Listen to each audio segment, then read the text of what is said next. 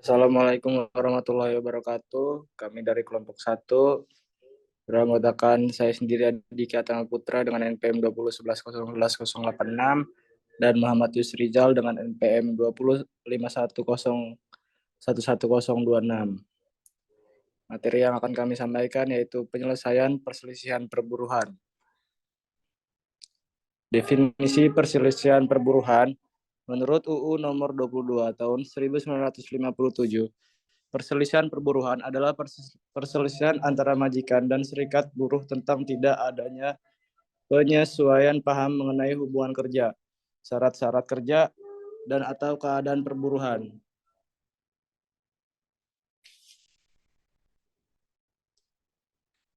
Definisi perselisihan hubungan industrial. Menurut UU nomor 2 tahun 2004, perselisihan hubungan industrial adalah perbedaan pendapat yang mengakibatkan pertentangan antara pengusaha atau gabungan pengusaha dengan pekerja atau serikat pekerja karena adanya perselisihan mengenai hak, perselisihan kepentingan, perselisihan pemutusan hubungan kerja, dan perselisihan antar serikat pekerja dalam satu perusahaan. Jenis perselisihan hubungan industrial: perselisihan hak, perselisihan kepentingan, perselisihan pemutusan hubungan kerja, perselisihan antar serikat pekerja hanya dalam satu perusahaan. Nah, apa itu perselisihan hak? Perselisihan hak adalah perselisihan yang timbul karena tidak dipenuhinya hak akibat adanya perbedaan pelaksanaan atau penafsiran terhadap ketentuan peraturan perundang-undangan, perjanjian kerja, peraturan perusahaan atau perjanjian kerja bersama.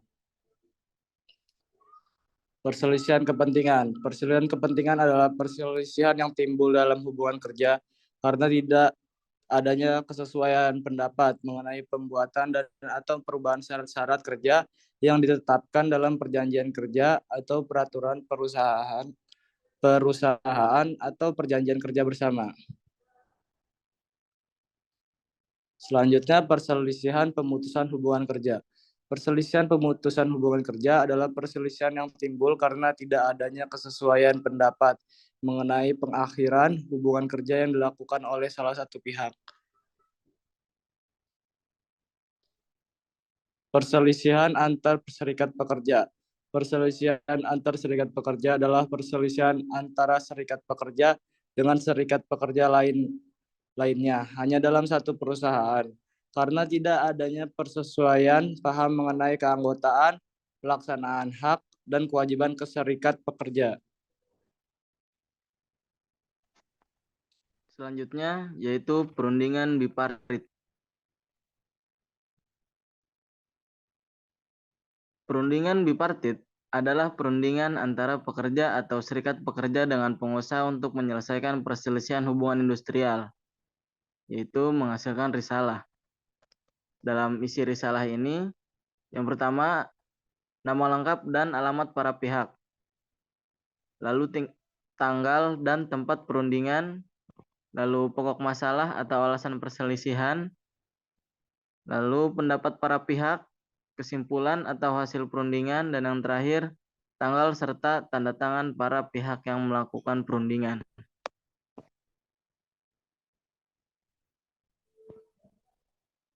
Selanjutnya ada konsiliasi.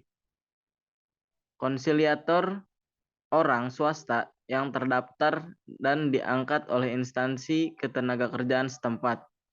Wilayah kerjanya di tempat kerja pekerja bekerja. Wewenang menyelesaikan perselisihan kepentingan, PHK, dan antar SP. Atas permintaan penyelesaian tertulis yang disepakati kedua belah pihak. Lalu waktu kerjanya paling lama 30 hari. Bila tercapai kesepakatan dibuat perjanjian bersama yang terdaftar pada pihak dan dibuktikan dengan akte bukti pendaftaran. Selanjutnya, bila tidak tercapai kesepakatan, dikeluarkan anjuran tertulis. Lalu diminta jawaban tertulis para pihak, bila tidak menjawab dianggap menolak. Bila anjuran diterima dibuat perjanjian bersama yang didaftarkan pada pengadilan negeri setempat, lalu dibuktikan dengan akte bukti pendaftaran. Selanjutnya, perjanjian bersama yang tidak dilaksanakan dimintakan eksekusi di pengadilan setempat atau tempat pemohon untuk diteruskan. Selanjutnya, salah satu pihak atau para pihak yang menolak mengajukan gugatan ke pengadilan negeri setempat.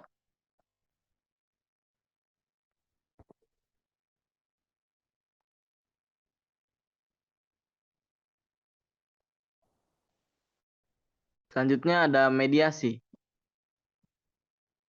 yaitu mediator adalah PNS yang diangkat oleh Menteri Tenaga Kerja. Wilayah kerjanya tidak diatur, menyelesaikan perselisihan kepentingan hak, PHK, dan antar SP. Wajib apabila para pihak tidak memilih penyelesaian melalui konsiliasi atau arbitrase. Waktu kerjanya paling lama 30 hari.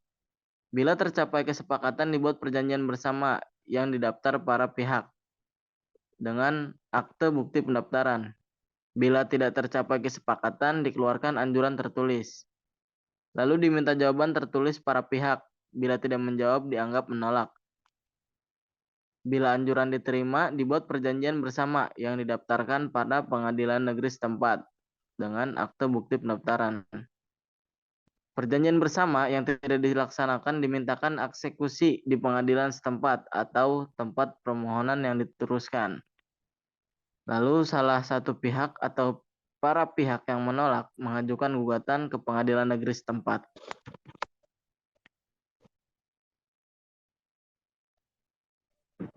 Selanjutnya ada arbitrase.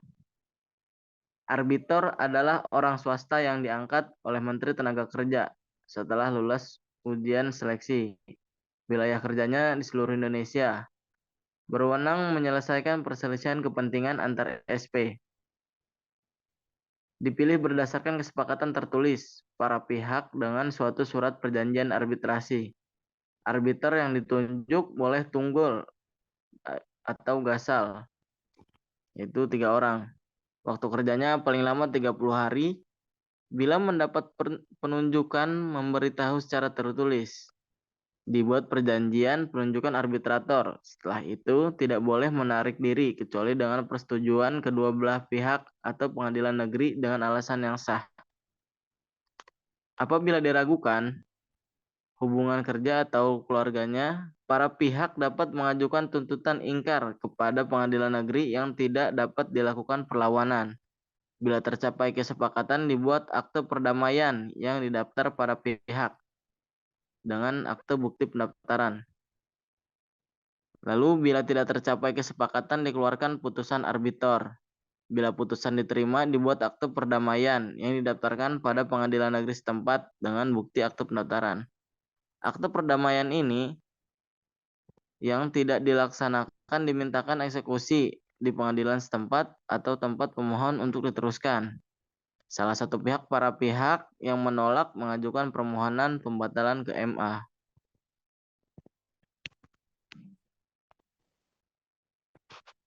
Selanjutnya ada pengadilan hubungan industrial. Ini pada pengadilan negeri. Pengadilan ini khusus yang berada pada lingkungan peradilan umum. Majelis hakim terdiri dari 1 hakim sebagai ketua, masing-masing 1 hakim ad hoc dari unsur pengusaha dan pekerja.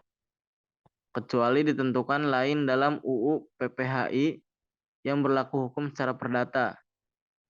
Tidak dikenakan biaya beracara dan eksekusi untuk perkara yang nilai gugatannya kurang dari 150 juta.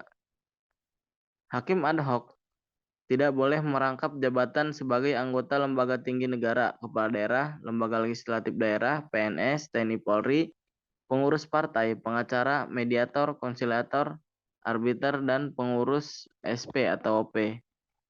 Tugas lainnya yaitu mencatat pendaftaran perjanjian bersama, mencatat pendaftaran akte perdamaian, melaksanakan eksekusi, dan meneruskan berkas surat saksi. Untuk perselisihan kumulatif, perselisihan hak dan kepentingan diputus lebih dahulu dari kasus PHK. Proses pengadilan dilakukan dengan acara cepat atau acara biasa. Ini dapat mengeluarkan putusan sela dan harus mengeluarkan keputusan paling lama 50 hari kerja.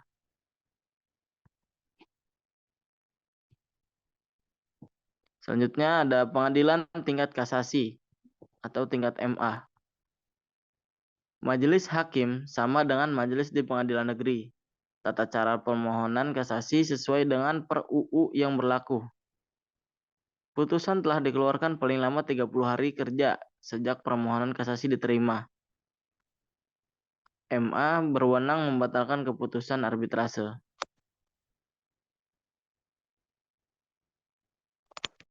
Sekian dari kelompok kami. Kurang lebihnya mohon maaf. Assalamualaikum warahmatullahi wabarakatuh.